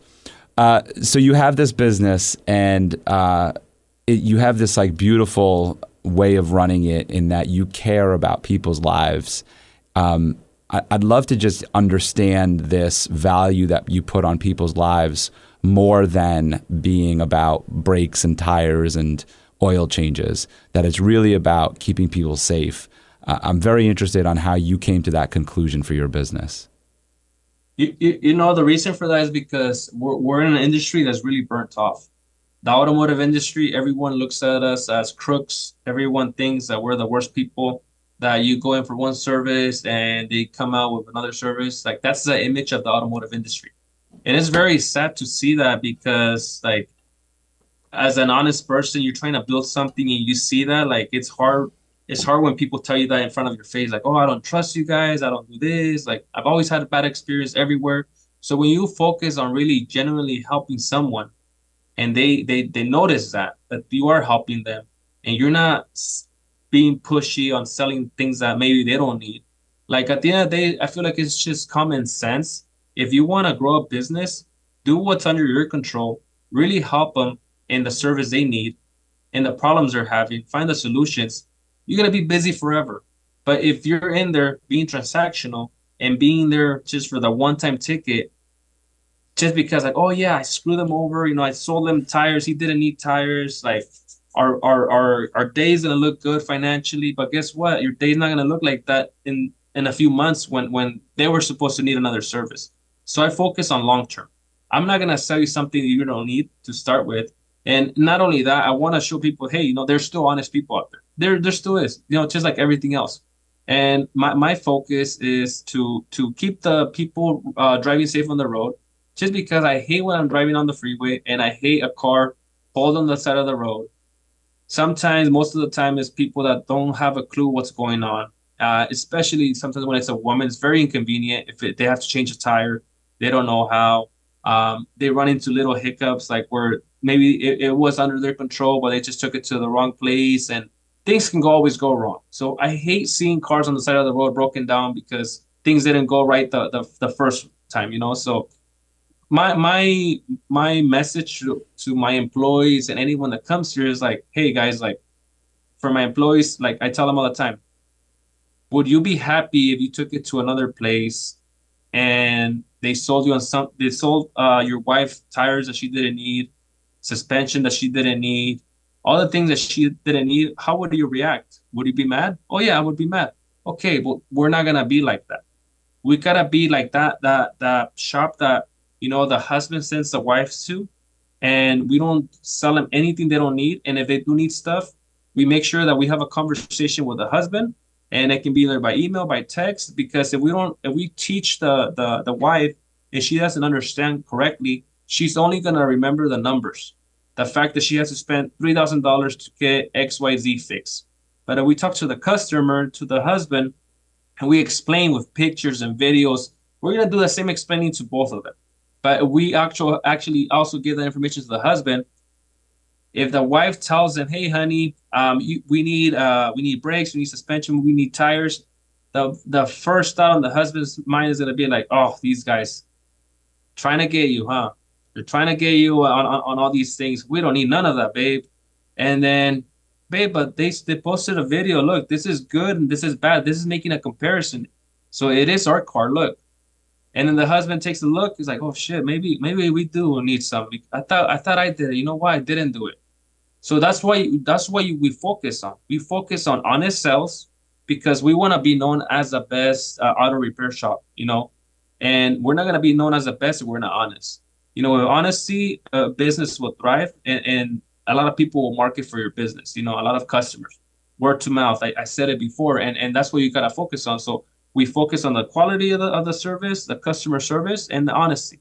And that's why, like before, I had a very simple system that it made everything harder. Now I have a system that you bring your car to the shop, we take pictures, and we upload videos, educational videos. Hey, Michael, your cabin filter is dirty. Recommend replacing as soon as you can, and it posts a video on the function of the cabin air filter, how often it gets dirty, how often you're supposed to replace it. So guess what? Customers are gonna trust me, and they don't trust me from the beginning. If you tell the customer, hey, this is what's going on, and this can be the end result, it can be even worse. When it actually happens, it's like, damn, I should have listened. But now, like you prevent that from happening. Anytime they need anything else, they rather come to you because certain things happen and they warned you about it versus going and taking a shot at another place and like you don't get that service. Yeah, and what you're referencing to is that preventative care that you see. And I just want to make sure for all of our listeners that they understand and they know you well, is that you're just being a gentleman when you're talking about you hate when you see a woman on the side of the road with a flat tire. Yep. It's more of a gentleman, and I agree with you on that. Like we were raised the right way and pull over and to try to help her out. We don't want to see that. And then, of course, it's in your experience that for most of your customers are predominantly the wives that come in and take care of the cars, and you're speaking on that. Just want to make sure that we clarify that for everybody listening to know that I don't think, I'm sure you have plenty of customers who are the wives themselves and make the decisions as well. So, of course, I want to clarify that for everyone. But you're 100% right, for my business, my insurance business, we talk about it. I literally just used the example of an auto mechanic with my sales team yesterday. Because of exactly what you're speaking about. And I'm going to share this example with you because I think you'll appreciate it. So we sell insurance. And one of the things we were talking about is talking about flood insurance with our clients. And one of our salespeople said, well, what we could do is we could just call them and just say, hey, I noticed you don't have flood insurance. And we know with all the bad weather going on, you should probably add flood insurance to your policy. Do you want one?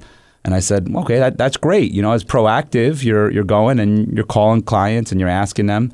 I said, but you just asked a yes or no question, and what do you do when they say no? He said, well, I'm going to be polite and I'm going to hang up. I said, all right. I said, is there a different way to ask that question? And he said, well, what do you mean? And I brought up the auto mechanic, and I said, well, let's think about this. You drop your car off at the auto mechanic for an oil change, and the mechanics calls you up and says, hey, listen, your car is ready. Just want to let you know, you got your tires are almost balding, and you're gonna need new tires, so we're gonna put those on, and you're also gonna need new windshield wipers in order to pass your inspection. So you're gonna need those. So the bill's gonna be X amount, such and such. You could pick your car up at such and such time. I said, how do you feel about that phone call? I mean, Nestor, how do you feel about that phone call? I tell my guys all the time, people, if people do not, for example, this scenario that you're running. People, one, they're not coming excited to get an oil change. They're not, it's not like the same excitement they get when they go to the mall. People are not jumping around like, oh, yeah, oil change. Second, if you tell someone else that they need tires, they need other stuff, they're not going to be happy. Right. Because it's costing them money. Yeah, they need it, but it's like there's no excitement. But then if you explain the reason they need it, that's when like it all comes together And so I think you're going to like my second example then. And I said, and how would you, and so because we came to the same conclusion together, we were like, okay, so we got to change this, and how do we change it?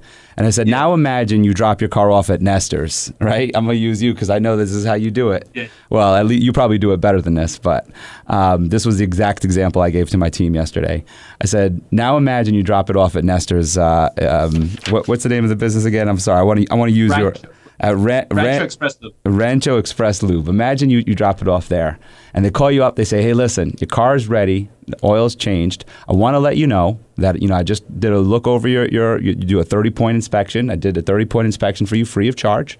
And I noticed that your tires have about 10,000 miles left. I ran a few quotes for you. I have them available for you when you come in. I also want to let you know that you have an inspection coming up in 2 more months. Your wipers are looking a little dull. You're probably going to need those at that point. I also left you a quote for some wipers. Your car's ready. Whenever you're ready to come pick it up from the oil change. How do you feel about that one, Nestor? Absolutely on point. And then that's literally what I do exactly. And it makes, once again, you put the customer in a position that they don't have to act now. You're warning them it's coming up soon, so that gives them more like, okay, I know it's coming up, so I can save for it. And something that I add to that is just to once again make it all come together and really build that trust. Is every car has mileage intervals. If I tell you, hey Michael, by the way, besides the tires, this is coming up at 70,000 miles. This is a 100,000 mile service. This is a 150,000 mile service. This is 200,000 mile service. I'm gonna attach it to your report. That way you know what's coming up, and that way nothing takes you by surprise next time. If you have to take the car anywhere else, do not let them fool you into buying XYZ, because this is what right here, what I'm showing you, this is exactly what you need. Other than, like running into a flat or any other problem that breaks, that's just different, but you do not need anything else other than this. I'm telling the customer and giving them the information that's what you want. They want you to come back later. Hey, Nestor, man, I need that service you told me about. Thank you for telling me in advance, and it made it way easier. I can save. It's not putting me in a budget and anywhere else. So they appreciate that. Absolutely. And what you're doing is you're offering them a choice. That's the other thing. And I think that's the biggest thing. So when I was saying that you're saying, making them say yes or no, when in a yes or no, you have a choice between yes or no, but you don't really have a choice. You're kind of put in a corner and having to make a decision. With what you and I are talking about now, you're giving them a choice. They could say, hey, you know what? I don't want to wait the 10,000 miles. Put the tires on now. You're giving them the choice with as you said, the incremental points of 75,000, 100,000. They could decide, you know what, at 90,000, let's just do it so that we just get it over and done with. So I think it's huge to give them choices, and I'm very appreciative that you're out there doing this, because I finally found a really great mechanic for my car. But it's true. I mean, I went through, I'm 42, like I said. I went through countless mechanics. And every once in a while, I'd find one. And to your point, whenever I found one, I would stick with him, man. I remember I had one for my first brand new car. I bought a Honda in 2006. And the shop, the Honda shop, he worked for the dealer. He did some side work, and the guy who sold me the car introduced me to him. I used to bring it to this guy's house. And I was going there for like 5 years straight until he was just like, oh yeah, I no longer do that. And when he stopped, I was like, oh my goodness, like, where am I going to go now? I was like, I can't go to anybody, because it is a very difficult industry in finding people that treat you right and are honest with you. So I'm very appreciative to you for the work you do. I'm very appreciative to my mechanics. So everybody in the Hudson Valley, Fleet Auto Service, go see Eli. He's the best. But of course, if you're in California, go to Ranchero, right? Because Nestor is going to take care of you. Nestor, as we wrap up, something I always like to ask people is their mantra and a quote that they live by. And for you, you said, you only have one life, so make every day count. Tell us about how you live by that. I live by that because it's very true. You never know, what can happen. Accidents happen and tragedies happen. The last thing you want is, like, the way I look at it is like, I don't want to be age 50 looking back at my life and say, like, damn, if only I took that one risk, if only I did that one thing, if only, like, all these if onlys, like, I would be in a different position now. Like, so like I always say, like, live it by the day, make it count in a sense that you know where you're headed and you know that you got 1% better every day. And a lot of people don't live like that. A lot of people live by, like, Monday through Friday, weekends coming up, have that mini weekend, get drunk and have fun and then go back to Monday. I feel like those people that live by that, they're kind of miserable. They don't enjoy their life. And it's like they're not in a good mood 5 days out of the week. and the other two, they're like enjoying themselves. And I would say, I encourage you to like find what makes you happy and find a job that's gonna make you really happy and you're gonna grow, because at the end of the day, we only have one life, guys. Like you have to make sure you make everything out of it because at the end of the day, I tell people all the time, there's people dying right now. We have the privilege to be sitting right here speaking, we're having a good time, but people are dying every second. And there's some people that are in the deathbed wishing that they had your position. And you're over here complaining that you have a lot of problems, that you don't know why. Like there's always going to be a bigger problem, So be grateful for problems. They're opportunity to make something better and improve in that area. But just be grateful for life. We have to make the best out of it. And like I love the life I live. That's awesome. You also have so many people in your life to be grateful for, and I want to give you an opportunity to go ahead and give a shout out to your family and to Art, of course, a great mentor of yours. But you mentioned your dad and your mom and your sister and your wife and your children. So if you want to give them a quick shout out because they're the people right behind you. Yeah. So I appreciate my mom, my dad. They're the world. My wife, my daughter, beautiful daughter. She's a year and 2 months. Wow! Congratulations. Thank you. My sisters, Carla, Stephanie, and are, a great mentor, business partner. And there's so many other mentors I have, Albert. And it's just like all these people, like they're in my life. Like everyone, even if I mention your name, like everyone has made an impact in my life. Yeah. And I'm really grateful for that. Yeah, I hear that, man. I mean, for what you've accomplished in all the years and going back to when you were that little 8-year-old boy and new to the country and getting a student of the month to going to your dad and saying, hey, I'll pick rocks, and that person on the farm giving you that opportunity there, and then just doing the things that you've done just shows that you had a community always supporting you and always there for you, and you leaned on it. And that's the other great thing is you were always willing to be vulnerable and lean into that community and go to the counselors and find out more and learn more information and really just put yourself out there and try new things is what I heard from your story. So I commend you for that. You've been an inspiration to me. Your story moved me emotionally. I don't know if you saw that while I was listening to you, but you certainly moved me emotionally, and I know you moved everybody else listening emotionally today. So thank you so much for coming on the show. Thank you for having me. Like I said, I love sharing my story, and everyone has a story that they need to be sharing. Don't be shy. Like it can change lives. Like we have to pass on that message. Yeah, that's been awesome. Well, thanks so much for coming on today.